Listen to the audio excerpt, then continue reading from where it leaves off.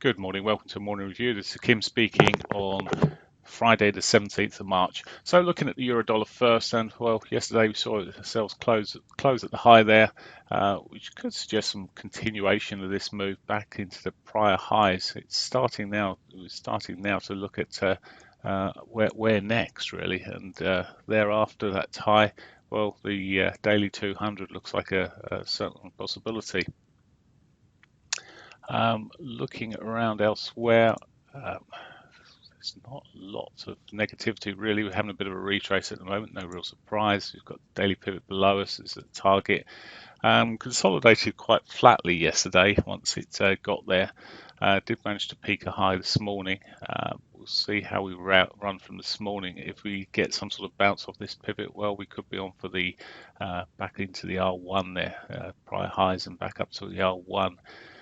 Any continued selling through that 50, well, maybe back into yesterday's range, S1, or that, sorry, I'm looking at a 30-minute here. Let me just flick this to here we go, that 50 MA, probably 60-minute 50 more likely, as a possibility.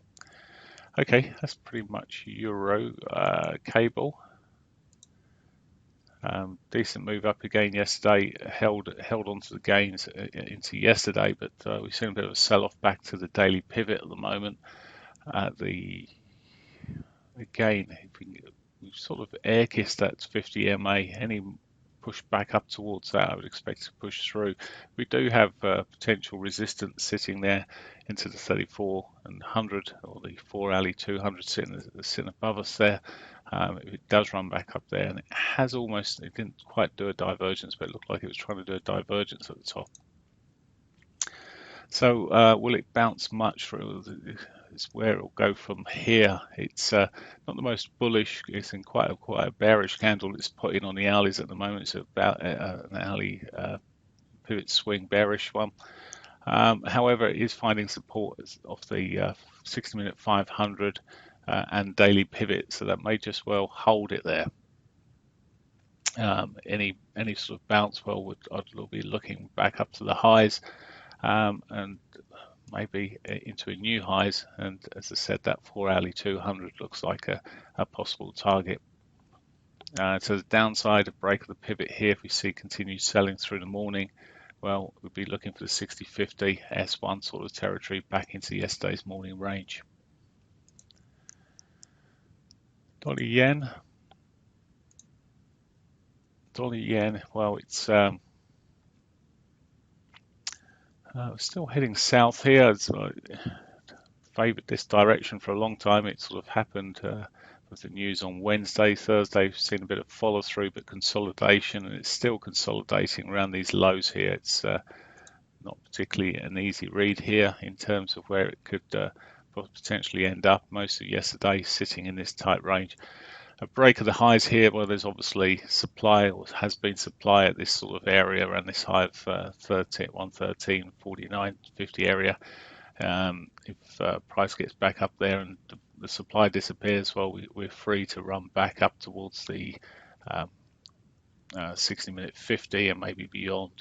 To the downside, well, back through the monthly pivot, maybe if we see it selling down to the S1, there would be some support around with those prior lows in that sort of region. And finally, the Canadian dollar.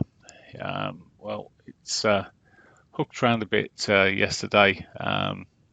It's looking with the price of oils coming off again yesterday. I just run back to oil price come off a bit yesterday.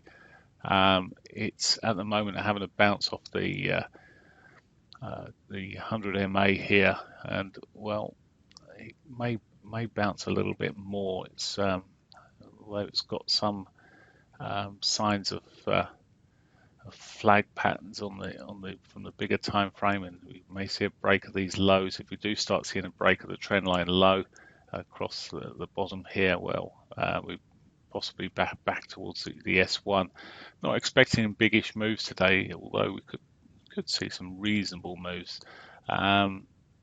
We've got the R1 that's looking like a target at the moment above us. Sorry, the S1 is the potential target to the downside there.